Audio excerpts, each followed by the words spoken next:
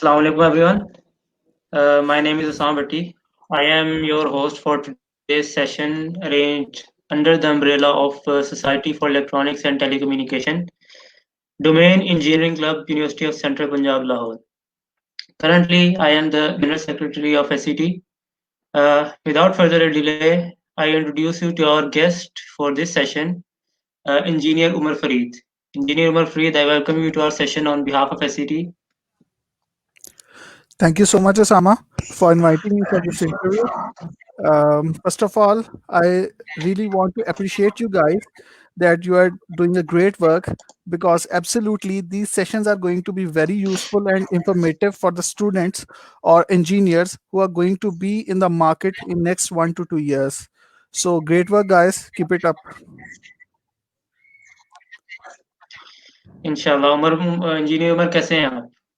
अल्हम्दुलिल्लाह, बिल्कुल ठीक. अच्छा उमर भाई आप ग्रेजुएट हुए थे as an electrical engineer from university of central Punjab back in 2019 ठीक है Yes. And you are also member of SCT right Yeah. तो एससीटी में आपकी डेजिग्नेशन क्या थी एक्चुअली मैं मार्केटिंग हेड था और जितने भी स्पॉन्सर्स अरेंज करना और क्लास टू क्लास इवेंट की मार्केटिंग, यूनिवर्सिटीज़ में मार्केटिंग, पार्टिसिपेंट्स इनरोल करना इवेंट के अंदर और स्पॉन्सर्स अरेंज करना, जैसे कि मैंने आपको बताया, ये सारी बेसिकली मेरी जिम्मेदारी थी या जेडी थी. ठीक है तो currently you are working as electrical engineer at Excel technological services Yeah. Yes. a lot of achievements in this early age तो इसके पीछे सीक्रेट क्या है नहीं यार, अभी कोई ऐसी अचीवमेंट तो नहीं की जिंदगी में. अभी तो आगे मजीद बहुत कुछ करना है इंशाल्लाह. लेकिन मैं समझता हूँ कि आज जो भी हूँ मैं अपने अल्लाह ताला के करम से हूँ, वालिदैन और टीचर्स की दुआओं से हूँ. मेहनत की है ज़िंदगी में और अभी खैर कोई ऐसी अचीवमेंट नहीं की. सही सही चले माशाल्लाह आप यानी कि काफी एक अच्छी पोस्ट पे आप लगे हुए हैं एक अच्छी कंपनी में लगे हुए हैं आप तो आप ये बताएं how was your student life in the university you are extremely hard working during those days नहीं यार, हार्ड वर्किंग तो मैं बिल्कुल भी नहीं था. और अगर आप बात करें पहले कोई 5 सेमेस्टर्स की, तो पहले 5 सेमेस्टर तो मेरे बहुत बोर थे. यानी मेरी लाइफ यूनिवर्सिटी की ये थी कि मैं बस यूनिवर्सिटी आता था, क्लासेस लेता था और वापस चला जाता था. That's it. लेकिन 5th सेमेस्टर में हमें प्रोबेबिलिटी के सब्जेक्ट एक पढ़ाया डॉक्टर अली नासर ने. और उन्होंने जी हमें समझाया कि यार, तुम्हें ज़िंदगी की जो पूरी नॉलेज है ना, वो इस क्लासरूम में नहीं मिल सकती. यहाँ पे एक लिमिटेड नॉलेज है. अगर तुम वाक़ई कुछ सीखना चाहते हो तो तुम्हें निकलना पड़े क्लास से बाहर और बेसिकली प्रैक्टिकली चीज़ों को देखना, लोगों से डील करना पड़ेगा. तो 5th सेमेस्टर में मैंने डिफरेंट सोसाइटीज़ जॉइन की, जिसमें एक एसईटी भी थी, जेज़ीटी जॉइन की, कैरेक्टर बिल्डिंग, डिबेटिंग सोसाइटी. तो फिर ये सारी सोसाइटीज़ जॉइन की और आप कह लें कि प्रैक्टिकल चीज़ों का एक्सपोज़र मैंने 5th सेमेस्टर से शुरू किया.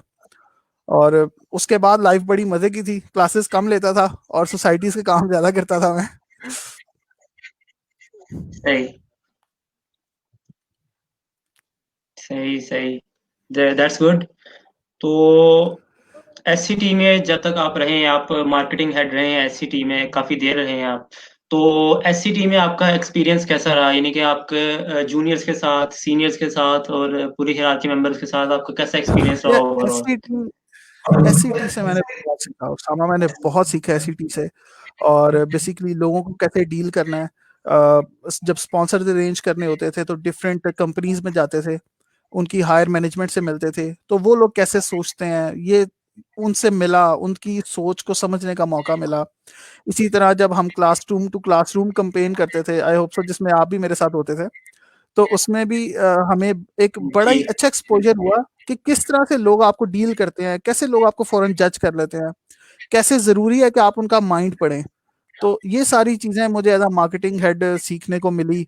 इसके अलावा टीचर्स को कैसे डील करना है, स्पेशली सलमान असलम साहब से कैसे बच्चे फ्री करवाने हैं क्लास से. इस तरह की चीज़ें अच्छा सीखी है जो प्रैक्टिकली लाइफ में बहुत काम आती हैं. हाँ जी, वो ऐसा ज़रूर होता है ये अक्सर क्लास में जाएँ तो फिर कुछ टीचर्स होते हैं कि नहीं हम अभी पढ़ा रहे हैं, आप अभी नहीं लेके जा सकते। स्पेशली डॉक्टर मुशर्रफ और सलमान असलम, इन्होंने मुझे बहुत तंग किया है। सही। तो आप ज़रा अपनी इस यूनिवर्सिटी की जर्नी हमारे साथ पूरी जर्नी आप ज़रा शेयर करें हमारे साथ। हाँ, बिल्कुल। यूनिवर्सिटी जैसे कि मैंने बताया आपको, पहले 5 सेमेस्टर तो बोर, क्लासेस और घर, घर से क्लासेस, क्लासेस से घर, दैट्स इट।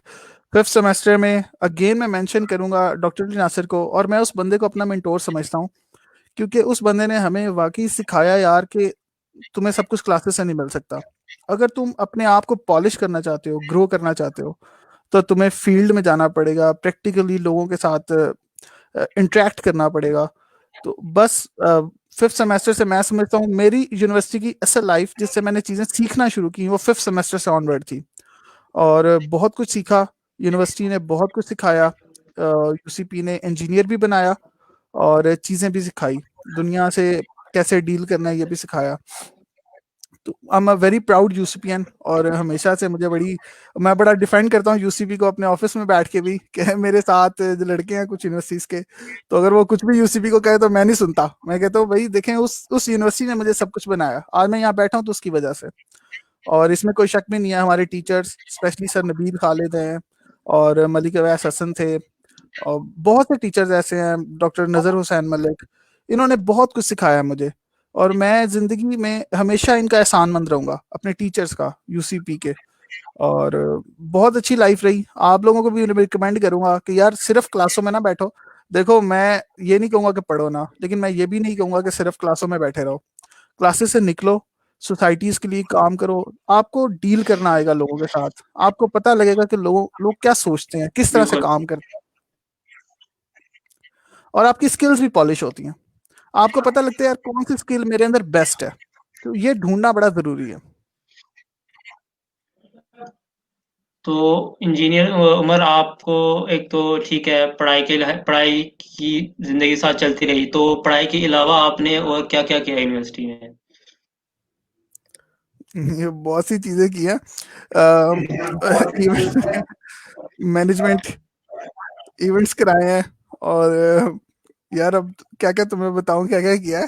ख़ैर, अगर फ़ोकस रहे हम सिटी के हवाले से, तो इवेंट्स करवाए हैं, जैसे कि ओलंपियाड करवाया, रोबोटिका करवाया, स्पॉन्सर्स अरेंज किए। इसके अलावा हमने कई खाने खाए इकट्ठे एसईटी के उस पे बिहाफ पे, ठीक और है, बड़ा एन्जॉय किया लाइफ़ को अल्हम्दुलिल्लाह। सही। तो फिलहाल आप जो जॉब कर रहे हैं, आपने जब यूनिवर्सिटी से ग्रेजुएट हुए थे 2019 में, एम आई राइट? यस। तो उसके बाद फिर आपको जॉब रिक्रूटमेंट में काफ़ी मुश्किलात आई होंगी, तो उनको आपने कैसे फेस किया था नहीं यार, डिफ़िकल्टीज़ को? अल्हम्दुलिल्लाह अल्लाह ताला के बड़े करम से कि मुझे जॉब में ऐसी कोई डिफ़िकल्टीज़ नहीं आई। अल्हम्दुलिल्लाह बैच का मैं पहला लड़का था जिसको जॉब मिली, और बस ये अल्लाह ताला का करम था यकीनन। इंटरव्यू हुआ, और बस प्रेमर एनर्जी में मेरी पहली जॉब थी, और इंटरव्यू हुआ, और बस वहीं से मुझे कॉल आ गई। इवन फाइनल ईयर्स के पेपर भी मेरे रहते थे, फाइनल सेमेस्टर के 2 वीक्स भी अभी क्लासेस के भी रहते थे जब मैंने अच्छा, जॉब स्टार्ट, और मुझे कोई ऐसा प्रॉब्लम नहीं आई। लेकिन इसमें एक ये मेरा था कि मुझे ये नहीं था कि कोई मुझे बहुत बड़े ग्रुप से कॉल आए या मुझे कोई बहुत अच्छी जॉब मिले तो मैं जाऊँगा। मुझे था कि यार जो भी अपॉर्च्युनिटी मिली, I will take that. So बस फ़ौरन से जॉब मिल गई अल्हम्दुलिल्लाह। तो ऐसी कोई ख़ास मुश्किल मुझे नहीं आई।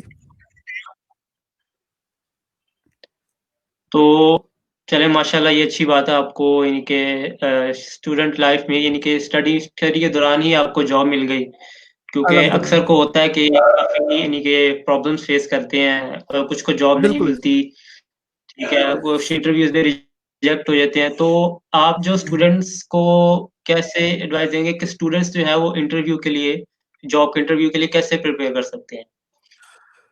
यार उसामा, मेरा कोई इंटरव्यूज़ का बहुत ज़्यादा एक्सपीरियंस नहीं है, क्योंकि मैंने अपनी ज़िंदगी में 2 ही इंटरव्यू दिए, और दोनों में ही अल्हम्दुलिल्लाह मैं शॉर्टलिस्ट हुआ हूँ। एक प्रीमियर में दिया था और एक अब एक्सेल में दिया था। तो खैर मैं रिकमेंड ज़रूर करूँगा अपने जो भी देखने वाले हैं उन्हें मैं ये ज़रूर शेयर करूँगा ये चीज़ कि देखें आप जब भी किसी कंपनी को इंटरव्यू देने जाएँ, तो आप उनकी वेबसाइट को थॉरली पढ़ें। जो भी इंफॉर्मेशन उनके टॉप मैनेजमेंट के बारे में है, उनकी मिडल मैनेजमेंट के बारे में है, उनकी प्रोडक्ट्स के बारे में है, उनकी सर्विसेज के बारे में है। बेसिकली आप ये पढ़ें कि उनका बिज़नेस क्या है। जिस भी कंपनी के लिए आपको इंटरव्यू की कॉल आई है, आप देखें कि उसका बिज़नेस क्या है, वो जी किस तरह से काम करते हैं और जिस पोस्ट के लिए आपको उन्होंने इंटरव्यू के लिए कॉल किया है, उसकी क्या रिक्वायरमेंट्स है। उस लिहाज से आप अपने आप को प्रिपेयर करके जाएं। जिस तरह एक बंदा आपका किसी भी सीमेंट इंडस्ट्री में आपका इंटरव्यू है, तो वहां पे जो भी इंजीनियर बैठा होगा उसका 5-10 साल का सीमेंट का एक्सपीरियंस होगा। आपको चाहिए आप थोड़ा सा प्रिपेयर करके जाएं, सीमेंट के हवाले से जो भी बेसिक क्वेश्चंस है इलेक्ट्रिकल के, वो आपको पता होने चाहिए।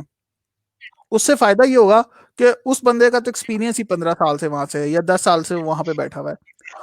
उसे लगेगा कि यार बिल्कुल। वाकई ही इस बंदे को पता है। और जब आप उसकी वेबसाइट को भी पढ़ के जाएंगे, तो उसे होगा यार ये वाकई ऐसे ही उठ के नहीं आया, ये इंटरेस्ट शो कर रहा है हमारी कंपनी के अंदर और ये इंटरेस्टेड है हमारे साथ काम करने में। और फिर उसे ये भी पता लगता है कि आपका बिहेवियर कैसा है, कि अगर आप एक थॉरली चीज को पढ़ के आए हो, आप उनकी वेबसाइट को पढ़ के आए हो, तो ये आपकी सीरियसनेस शो होती है। सो मैं रिकमेंड करूंगा कि जब भी आप इंटरव्यू में जाएं, उससे पहले आप उस कंपनी की वेबसाइट को थॉरली पढ़ें, 2 दफा पढ़ें, और उसका आपको बहुत फायदा होगा। ठीक अच्छा, है। दूसरा जो काम मैं करता हूँ, पता नहीं कितना सही है कितना गलत, एक बहुत अच्छा लिंक्डइन प्रोफाइल आपका होना बहुत ज़रूरी है। एक अच्छा लिंक्डइन प्रोफाइल आपको जॉब सिक्योर करने में बहुत हेल्पफुल होता है। मैं क्या करता हूँ कि लेट्स सपोज मैंने किसी भी कंपनी में इंटरव्यू देने जाना है, तो मैं उसके लिंक्डइन पे उस कंपनी में जो भी लोग काम करते हैं, मैं उनके प्रोफाइल पे जाता हूँ और उन्हें कनेक्शन रिक्वेस्ट भेजता हूँ। और जब मैं कनेक्शन रिक्वेस्ट भेज रहा होता हूँ, मैं उसके साथ एक छोटा सा एक ना ऑप्शन आती है लिंक्डइन पे ऐड नोट की, जब आप भी कनेक्शन रिक्वेस्ट भेज रहे होते हैं, तो मैं उस पे एक जी अच्छा सा नोट डाल देता हूँ उस बंदे को और साथ ही रिक्वेस्ट भेज देता हूँ। अब जब ये होता ही है कि जब भी मैं उसके पास इंटरव्यू देने जाऊंगा, तो हम अननोन ही होंगे, हम पहले से ही लिंक्डइन पे कनेक्ट होंगे और मेरे उस एक नोट जी का जो अच्छा होना बहुत जरूरी है, उसका एक इंप्रेशन उस पर पहले ही होगा। सो उससे क्या होता है कि आपकी जो एक आप में आइस होती है ना, आप दोनों में वो ब्रेक हो जाती है। तो ये 2 चीज़ें हैं जो मैं करता हूँ। सबसे पहले वेबसाइट को थॉरली रीड करना, और उसके बाद उसके जो भी बंदे लिंक्डइन पे मौजूद हैं, आप उन्हें रिक्वेस्ट भेजें, उनका प्रोफाइल पढ़ें कि वो कहाँ से उन्होंने इंजीनियरिंग की है, क्या उनका बैकग्राउंड है, क्या नॉलेज उनको हो सकती है। उस लिहाज से खुद को प्रिपेयर करें। ठीक है, मस्त, ठीक है, दैट्स वेरी गुड। तो जी। एक इलेक्ट्रिकल इंजीनियर को यानी कि आपको क्या लगता है कि जो इंजीनियरिंग के लिए और इंजीनियरिंग के साथ साथ उसके पास और क्या स्किल होनी चाहिए? यार communication skills is very important. आपके पास कम्युनिकेशन स्किल अगर नहीं है, आपके पास जितना भी टेक्निकल नॉलेज है, मैं समझता हूँ फजूल है। अगर आप टॉप मैनेजमेंट के सामने जाके प्रेजेंट नहीं कर सकते चीज़ों को, आप अपना आइडिया नहीं शेयर कर सकते, तो आप मैं समझता हूँ आपके नॉलेज का कोई खास फायदा नहीं होगा फिर। अच्छा, और दूसरा, टीम वर्क आपको आनी चाहिए, टीम को मैनेज करना आपको आना चाहिए, कि अगर आपके नीचे कोई 2-4 बंदे हैं, तो आप उनको कैसे मैनेज करेंगे, उनसे कैसे काम लेंगे, या आप 2-4 बंदों के साथ काम कर रहे हैं, तो उनके साथ आप कैसे काम करेंगे। जो लिटरली ये चीज़ आपको सोसाइटी सिखाएंगी, टीम वर्क आपको सोसाइटी सिखाएगी, मैनेजमेंट आपको सोसाइटी सिखाएगी, और कम्युनिकेशन स्किल्स आपको सोसाइटी में आएंगे। इसके अलावा जो मैं समझता हूँ बड़ी ही इंपॉर्टेंट स्किल इंजीनियर्स के पास होनी चाहिए, वो है राइटिंग स्किल्स। आपको लिखना भी अच्छा आना चाहिए, जी क्योंकि आपने ईमेल्स लिखनी होती बिल्कुल। हैं, आपने रिपोर्ट्स लिखनी होती हैं, तो वो भी आप ये भी एक ऐसा स्किल है जो हमें आना चाहिए, जो कि अनफॉर्चुनेटली अक्सर इंजीनियर इसमें लैक कर रहे होते हैं।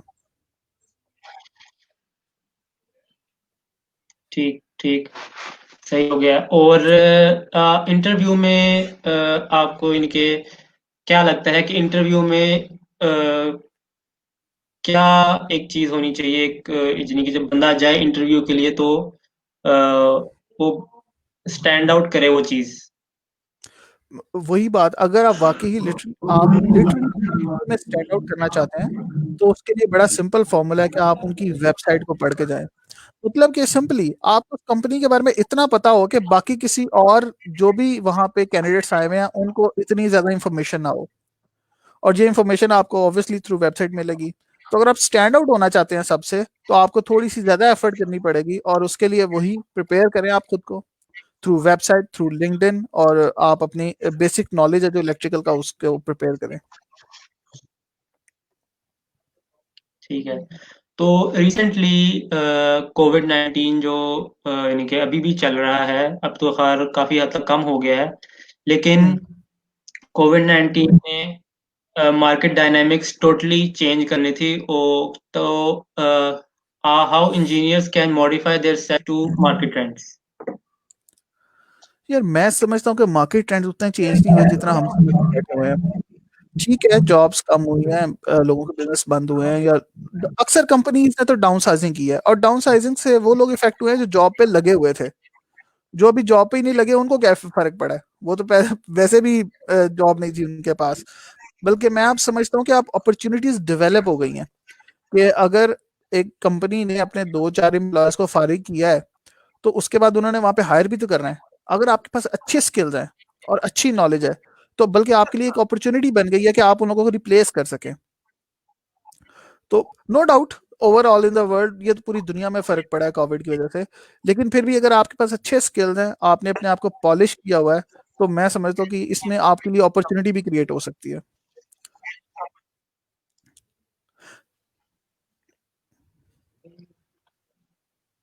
तो दैट्स वेरी गुड। तो आजकल मार्केट में क्या ट्रेंड है कि इलेक्ट्रिकल इंजीनियर्स के लिए कैसी जॉब रिक्वायरमेंट्स हैं इन टुडेज वर्ल्ड? यार असल में ना हम इंजीनियर में थोड़ी सी प्रॉब्लम है। मैं सबको इंक्लूड करता हूँ उसमें एक। हम चाहते हैं कि जब हम ग्रेजुएट हो ना इंजीनियरिंग करके, तो हमारे पास एक घूमती कुर्सी हो, एक अपना कैबिन हो, और बस हमारी जॉब लग जाए, और जनाब एक अच्छी सैलरी हो, और जिंदगी हमारी सेट हो जाए। हद तक ऐसा होता नहीं है। एज अ फ्रेशी आपको देखो कोई पे नहीं करेगा, जी। आपको कुछ आता तो है नहीं, और उसके बाद आप चाहते हैं कि मुझे 50,000 रुपये या 60,000 रुपये पे भी मिल जाए, तो ये एक मुश्किल चीज़ है। अगर देखिए, मैं रिकमेंड करूंगा, बल्कि रिक्वेस्ट करूंगा इंजीनियर से, खुदा के लिए आपको पहली जॉब 5,000 रुपये पे मिले, आप चले जाएं। क्योंकि देखिए अभी वो आपको सिखा रहे हैं, 1-2 साल में आप अपने आप को पॉलिश इस तरह करें, आप इतना नॉलेज इकट्ठा कर लें कि आपकी वर्थ बन जाए। आप यकीन करें, आपको जरूरत नहीं पड़ेगी जॉब ढूंढने जी। की। खुद के लोग आपको कॉल करेंगे, नहीं करेंगे तो आपकी जो करंट कंपनी जिसमें आप काम कर रहे होंगे वही कहेगी कि भाई तुम ना छोड़ के जाना, क्योंकि आपका आपने अपना नॉलेज अपना बना लिया नॉलेज। लेकिन शुरू में आपके पास नॉलेज नहीं है, आपको जो जॉब मिलती है आप उस पर जाएं। जी। मैं बड़ा प्राउडली शेयर करता हूँ कि मेरी जो पहली सैलरी थी वो 12,500 रुपये थी प्रीमियर में। और यकीन माने Usama, technical and sales engineer था मैं वहाँ पे। और मैं इवन हम डोर टू डोर कंपेन करते थे सोलर की। एक बड़ा वो लगता था कि यार मैंने अच्छा। 16 लाख रुपए लगाए हैं और इसके बाद मैं ऐसे कर रहा हूँ। लेकिन एक चीजें सीखा है वहां से, बहुत सी चीजें सीखी। बिल्कुल। लिहाजा मैं रिक्वेस्ट करूंगा इंजीनियर से बिल्कुल कि सही है। खुदा के आप बिल्कुल भी इस पे वो ना हो कि जी मुझे को बहुत अच्छी जॉब मिले तो ही मैं जाऊं। यार आपको जो अपॉर्चुनिटी मिल रही है आप उस पे जाओ। देखिए घर फारिग बैठने से तो बहुत बेहतर है कि आप कोई अपॉर्चुनिटी अवेल कर लो। बिल्कुल। बिल्कुल सही कह रहे हैं आप। लिहाजा मार्केट में अपॉर्चुनिटीज बहुत है, मार्केट में जॉब भी बहुत है। मैं आजकल देख रहा हूँ, बल्कि आजकल मैं देख रहा हूँ ज्यादा जॉब्स आ रही हैं इलेक्ट्रिकल इंजीनियर्स की। लेकिन बात ये है कि क्या हम तैयार है उसको उस अपॉर्चुनिटी को ग्रैब करने के लिए, ये बड़ा इंपॉर्टेंट क्वेश्चन है। तो मैं अपने इंजीनियर से रिक्वेस्ट करूंगा कि बी प्रिपेयर्ड योरसेल्फ। सबसे पहले आप अपने आप को तैयार करें यार, कि हम वो अपॉर्चुनिटी लेंगे। उसके लिए जो भी चीजें चाहिए आप अपने आप को प्रिपेयर करें। बिल्कुल, दैट इज़ वेरी राइट। अच्छा, as next question, as a student you must have faced the issue in understanding of different concepts. So how did you manage, how did you understood those concepts? किस आपने इस चीज को tackle किया था कि कुछ कॉन्सेप्ट आपको समझ नहीं आए थे, तो आपने उनको कैसे फिर समझा उनको? उसामा, मैं उस टाइप का इंजीनियर था जो पेपर से एक रात पहले दोस्त के पास जाके और सारा पढ़ के पेपर देने वाला। मेरा दोस्त था खुरम इकबाल। मैं अक्सर कहता हूँ कि मैं आज इंजीनियर हूँ तो उसकी वजह से हूँ। वो सारी रात बैठ के पढ़ाता था मुझे पेपर से एक दिन पहले। लेकिन आजकल यार मैं इंजीनियर्स को रिकमेंड करूंगा कि आजकल तो आपके पास गूगल है, आप जो चीज चाहें, फॉर एग्जांपल कोई भी जी कंसेप्ट है जो क्लास में समझ नहीं आया तो आप आके गूगल कर सकते हैं। और हमारे तो टीचर्स इतने अच्छे हैं कि अगर आपको कोई भी चीज समझ नहीं आई आप उनसे दोबारा जाके पूछ सकते हैं कैबिन में। तो मेरा वैसे ये था कि जब भी जो भी सब्जेक्ट मुझे बड़ा अच्छा लगता था और जिसको मैं वाकई दिल से पढ़ता था तो मैं यूं ही करता था, क्लास में भी उसको पढ़ता था। क्लास में कुछ चीज नहीं समझ आई तो कैबिन में भी चला गया, कैबिन में जाके समझ लिया। आप फ्रेंड से समझ सकते हैं और गूगल तो अब सबसे बड़ी चीज है हमारे पास।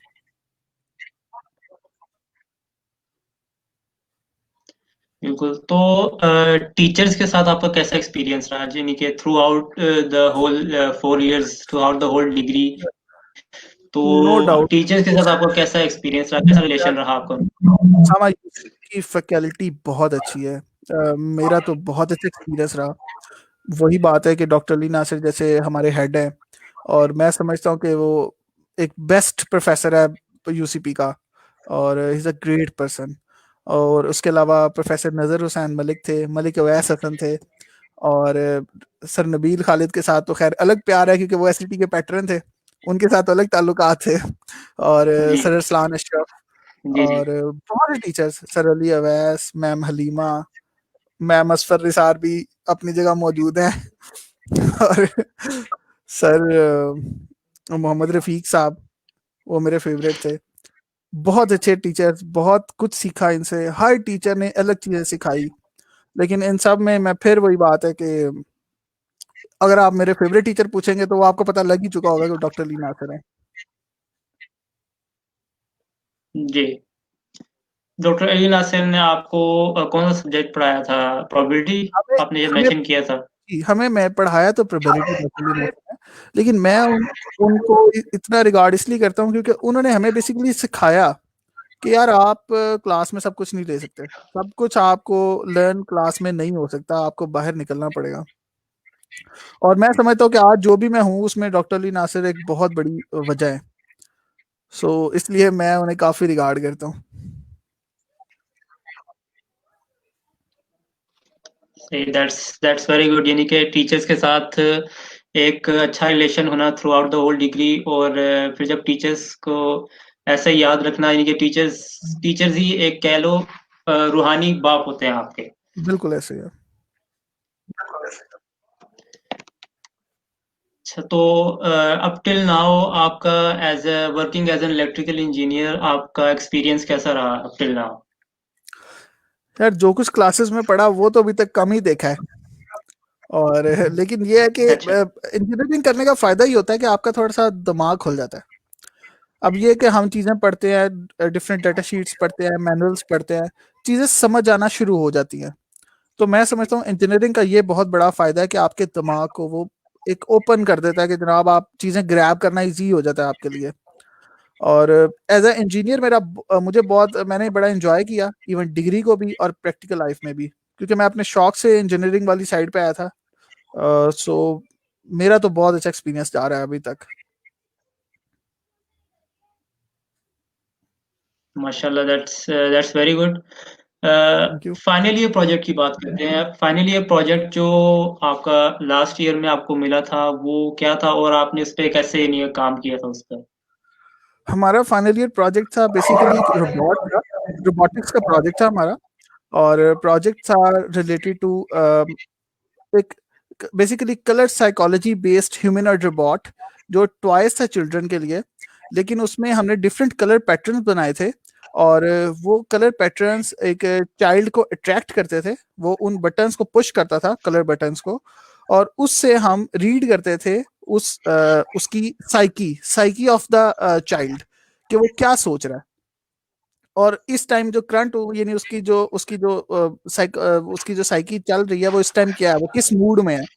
और उसके लिए हमने कोई आई थिंक अच्छा। 256 पैटर्न्स बनाए डिफरेंट बटन्स के, वो किस तरह से उसको यूज करेगा। और एक अच्छा खासा लंबा प्रोजेक्ट था जो हमने एसटीएम पे बनाया। आप 7 सेमेस्टर में पढ़ेंगे एसटीएम, और एसटीएम पे हमने उसकी जी जी, सारी पढ़ रहे कोडिंग हैं की। वो। जी बिल्कुल। सो हमने एसटीएम पे उसकी कोडिंग की, और एक बड़ा ही अच्छा एक्सपीरियंस रहा वो भी, कि एक कोडिंग का टच भी था उसमें, इलेक्ट्रॉनिक्स का टच भी था। और एक साइकोलॉजी वाला भी उसमें था। सो बड़ा अच्छा एक्सपीरियंस रहा प्रोजेक्ट के हवाले से भी। लेकिन अनफॉर्चुनेटली प्रोजेक्ट में माशाल्लाह ये है। हुआ कि जी फाइनल स्टेज में आके मैं उसे टाइम नहीं दे सका, क्योंकि मेरी जॉब स्टार्ट होगी जैसे कि मैंने आपको बताया, और फिर जॉब पे चला गया मैं। अच्छा। इधर क्लासेस में एब्सेंट्स लग रही थी, और क्लासेस में तो मैं आया ही नहीं। फिर आखिरी 3 हफ्ते मैंने क्लासेस नहीं ली यूसीपी में। ओ अच्छा। तो अच्छा, एक एक क्वेश्चन आया है। पूछ रहे हैं उमर भाई, what will you advice the future engineers due to your with your past experience? जी उमर, ये भी उमर नहीं, अ, और यार जी। मेरा पास एक्सपीरियंस, मैं यही रिक्वेस्ट करूंगा इंजीनियर से कि यार प्लीज आपको जो शुरू में अपॉर्चुनिटी मिलती है एज अ फ्रेश इंजीनियर, जब आप ग्रेजुएट होते हैं आपको जो अपॉर्चुनिटी मिलती है आप यार उसे ग्रैब करो। वो किसी भी सैलरी पे है, वो किसी भी पोस्ट पे है, उसका कोई भी जेडी है। JD means job description. आपका कोई भी जेडी है, कोई भी सैलरी है, आप उस पर चले जाओ। जब घर फारी नहीं बैठना, बस मेरी ये रिक्वेस्ट है आप लोगों से कि आप लोगों ने काम करना है और अपने आप को इम्प्रूव करना है। मैं अक्सर कहता हूँ कि अगर हम रोज अपने आप को 1% इम्प्रूव करें, सिर्फ 1% हम अपने आप को डेली इम्प्रूव करें, तो हम एक साल में अपने आप को 365% इम्प्रूव कर सकते हैं। लेकिन अगर वही हम बस किसी भी कोई भी बहाना ढूंढ के घर फारी बैठ जाएंगे, तो हम अपने आप को इम्प्रूव नहीं कर रहे, वो टाइम हमारा ज़ाया हो रहा है। इसलिए प्लीज़ सबसे पहले आप 7th सेमेस्टर या 8th सेमेस्टर के शुरू से ही अप्लाई करना शुरू कर दें। आप एक अच्छा लिंक्डइन प्रोफाइल बनाएं, आपकी एक अच्छी रेज्यूमे होनी चाहिए, और आप अपने रेज्यूमे को डिफरेंट जगह पे भेजना शुरू करें, ताकि आपकी एक डेटाबेस बनती जाए। इसलिए प्लीज़ टाइमली एक तो आप अपनी अप्लाई करना शुरू करें जॉब्स के लिए। हर अच्छे इदारे में भी अप्लाई करें और छोटे इदारे में भी अप्लाई करें, और जहाँ से जो भी अपॉर्चुनिटी मिलती है आप उसे फौरी उसको अवेल करें,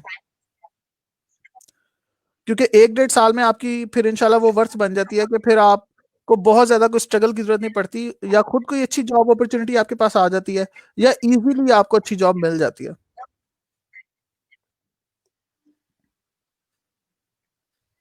जी माशाल्लाह, बिल्कुल सही कह रहे हैं आप। ये घर बैठने से बेहतर है कि, या घर फारिग बैठने से बेहतर है कि या तो ऑनलाइन आप कुछ सीख लें, कोई अच्छी ऐसी स्किल सीख लें जो आपकी इंजीनियरिंग में आपको काफ़ी हेल्प करे, या फिर कुछ या ऐसी, फिर बाहर निकल के आप कोई ना कोई ऐसा काम ज़रूर करें। बिल्कुल ऐसे है। जी। तो उमर, आप कोई अपना कोई गुड मेमोरी या फिर कोई इवेंट जो आप हमारे साथ शेयर करना चाहें? इससे पहले कि शाम तालिब का एक क्वेश्चन आया, मैं इसे रिप्लाई करूंगा कि जी, जी। जो टॉप 3 इंजीनियरिंग स्किल्स की अगर आप मेरे से बात करेंगे, तो सबसे पहले आपकी बुक रीडिंग बहुत अच्छी होना ज़रूरी है। आप बुक्स को पढ़ें, इंजीनियरिंग बुक्स को पढ़ें। उससे क्या होगा, आपकी अंडरस्टैंडिंग बढ़ती है, आप चीज़ों को पढ़ते हैं और आपको समझ आना शुरू होता है। जब भी हाशिम आप प्रैक्टिकल लाइफ में जाएंगे, तो कभी भी ऐसा नहीं होगा कि आपको वो चीज़ें आएँ जो आपने क्लासेस में पढ़ी हुई हैं या टीचर से पढ़ी हुई हैं। नई चीज़ें, मुख्तलिफ चीज़ें आपके पास आएँगी, और वहाँ पे आपने उनको किस तरह से समझना है, आपने उनके मैनुअल्स को पढ़ना है, आपने उनकी डेटा शीट्स को पढ़ना है और फिर अंडरस्टैंड करना है। अगर आपकी अच्छी रीडिंग स्किल्स नहीं है, टेक्निकल रीडिंग स्किल्स, तो आपको वो भी इशू आता है वहाँ पे। दूसरी अगर आप बात करें तो बेसिक नॉलेज, बेसिक इंजीनियरिंग की नॉलेज बहुत इंपॉर्टेंट है। हमारे डीन हुआ करते थे तबरेज़ असलम शामी, आप लोगों के बैच से पहले। वो कहते थे कि V is equal to I जी। आर जो फॉर्मूला है, इसमें 90% ऑफ इंजीनियरिंग है। तो मैं भी यही कहूंगा कि जो दूसरी स्किल्स, इंजीनियरिंग स्किल्स जो इंजीनियर्स को होनी चाहिए, वो उसके बेसिक नॉलेज है V is equal to I R वाले, जिसमें से वोल्टेज, करंट और रेजिस्टेंस का बिहेवियर पता होना चाहिए हर तरह का। और थर्ड पे एक अच्छी टेक्निकल राइटिंग। फॉर एग्जांपल आपने अपने मैनेजर को कोई भी रिपोर्ट लिख के देनी है, टेक्निकल रिपोर्ट किसी भी इंस्ट्रूमेंट के बारे में, तो वो भी एक अच्छी आपकी राइटिंग स्किल्स वहाँ पे आपकी अच्छी होनी चाहिए। आपने किसी को ईमेल लिखना है, आपने किसी को रिपोर्ट लिखनी है, तो टेक्निकल रिपोर्ट और टेक्निकल ईमेल लिखना भी अच्छा आना चाहिए आपको। तो ये 3 स्किल्स मैं समझता हूँ इंजीनियर्स में बहुत ज़रूरी है। और इसके साथ सॉफ्ट स्किल्स भी उतनी ही ज़रूरी हैं, जिसमें आपकी कम्युनिकेशन, टीम वर्क और मैनेजमेंट।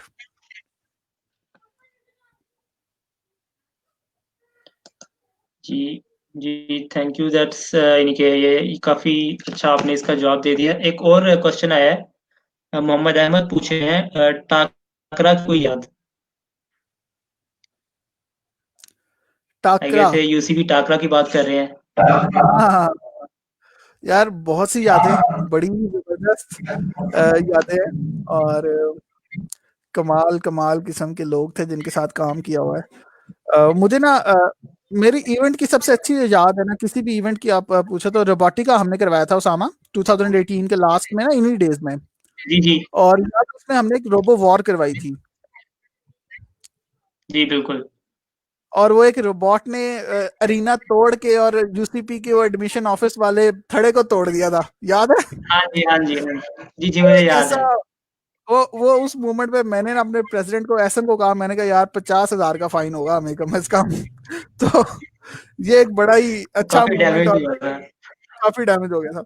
तो वो एक मोमेंट ऐसा जो मुझे बड़ा याद है, और मैं कभी कभी सोचता हूँ उसका तो हंसता हूँ कि यार क्या क्या काम किए हुए हमने। रोबोटिका मेरा फेवरेट इवेंट था, जो भी हमने करवाया। ओलंपियाड बहुत अच्छा करवाया था, लेकिन रोबोटिका इज बेस्ट। अच्छा, ये उमर नदीम ने एक और क्वेश्चन पूछा है और आई गेस ये काफ़ी स्टूडेंट्स का ये क्वेश्चन होता है कि does CGPA really matter in for applying sure, for industries for sure. Applying in industries for internship? CGPA matter करता है, नो डाउट। आपकी पहली जॉब में सीजीपीए का बहुत इंपॉर्टेंट रोल है। और लेकिन मैं समझता हूँ अगर आपका सीजीपीए 3 है तो इट्स फाइन, फिर ठीक है।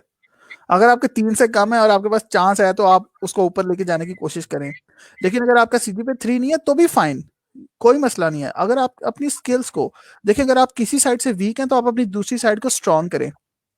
मैं हमेशा कहता हूँ कि सपोज आपका सीजीपीए 2.5 है, लेकिन आपकी टीम वर्क की स्किल्स इतनी अच्छी हैं, आपकी कम्युनिकेशन की स्किल्स बहुत अच्छी है, आपकी मैनेजमेंट स्किल्स बहुत अच्छी है, आपकी टेक्निकल राइटिंग बहुत अच्छी है, आपकी स्पीकिंग स्किल्स बहुत अच्छी हैं। तो ये थोड़ी बहुत अगर आप लैग कर भी रहे हैं सीजीपीए में, या टेक्निकली आप थोड़ा बहुत लैग कर भी रहे हैं, तो कवर हो जाएगा। लेकिन अगर आप कहते हैं कि मेरा सीजीपीए भी अच्छा नहीं है और मेरी कोई स्किल्स भी अच्छी नहीं है, तो फिर थोड़ा मुश्किल हो जाएगा। लिहाजा अगर आप एक साइड से वीक हैं तो आपको चाहिए ये कि आप अपनी दूसरी साइड को स्ट्रॉन्ग करें। अगर आपका सीजीपी अच्छा नहीं है, फाइन, आप अपनी दूसरी स्किल्स को इंप्रूव करना है।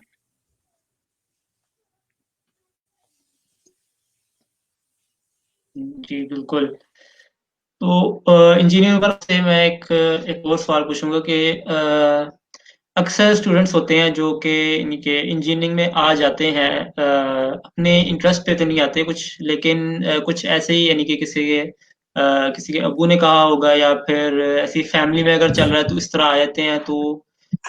तो आप उसके लिए इसके बारे में क्या कहना चाहेंगे? अगर अगर उनका इंटरेस्ट नहीं है लेकिन फिर भी वो इसमें चलना चाहते हैं, तो आपका उनके बारे में उनके लिए क्या कहना चाहेंगे आप? यार ये एक बहुत अनफॉर्चुनेट बात है कि हमारे मुल्क में ऐसा होता है, नो डाउट। मेरे अपने कई क्लास फेलोज थे जिनका इंजीनियरिंग में कोई इंटरेस्ट नहीं था, लेकिन वो हमारी क्लास में बैठे हुए थे। अब ये एक अनफॉर्चुनेट बात है। सबसे जी, पहले तो मैं पेरेंट्स से रिक्वेस्ट करूंगा कि प्लीज आप ये वाला काम ना करें। मेरे फादर ने मुझे फ्री हैंड दिया था कि तुम चाहे एमए उर्दू भी करना चाहते हो तो वो कर लो। मैं अपने इंटरेस्ट से आया, आज मैं खुश हूँ।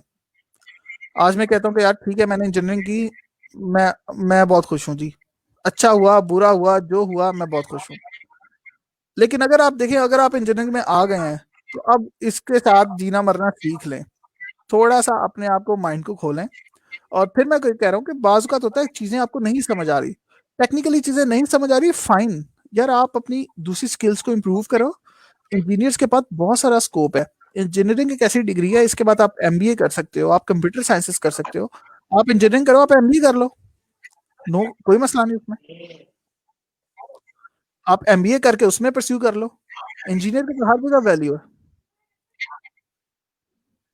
बिल्कुल, बिल्कुल सही बोला आपने। अच्छा, engineer Umar, thank you very much. आपने अपने बिज़ी स्केड्यूल से आपने हमारे लिए टाइम निकाला, इस सेशन में आए हैं आप। Thank you so much. Wish you the very best of luck for your future. Thank you, thank you. तो थैंक यू। तो this is your host signing off. Allah okay जी, हाफ़िज़। अल्लाह हाफ़िज़।